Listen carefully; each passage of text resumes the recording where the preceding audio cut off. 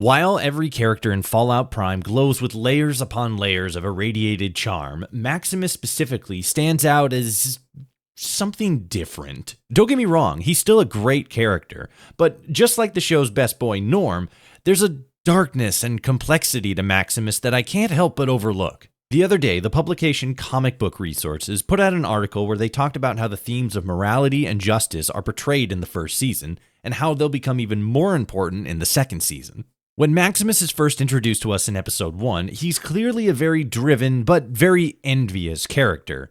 He so badly wants to be a knight for the Brotherhood of Steel, but when seemingly his only friend is granted the rank of squire instead of him, he's thrown into a fit of rage and is assumed by the rest of the Brotherhood to have injured said squire, most likely having expected it, having seen signs of such potential before.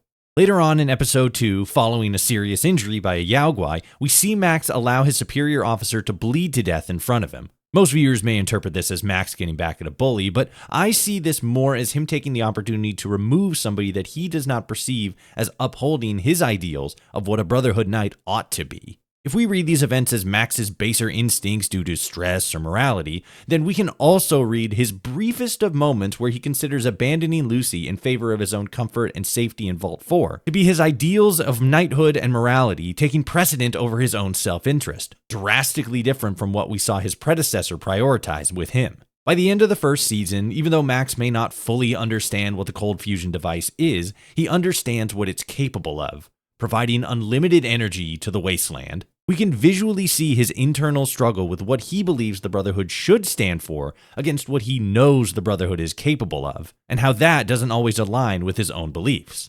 Maximus said it himself. Everyone wants to save the world, they disagree on how.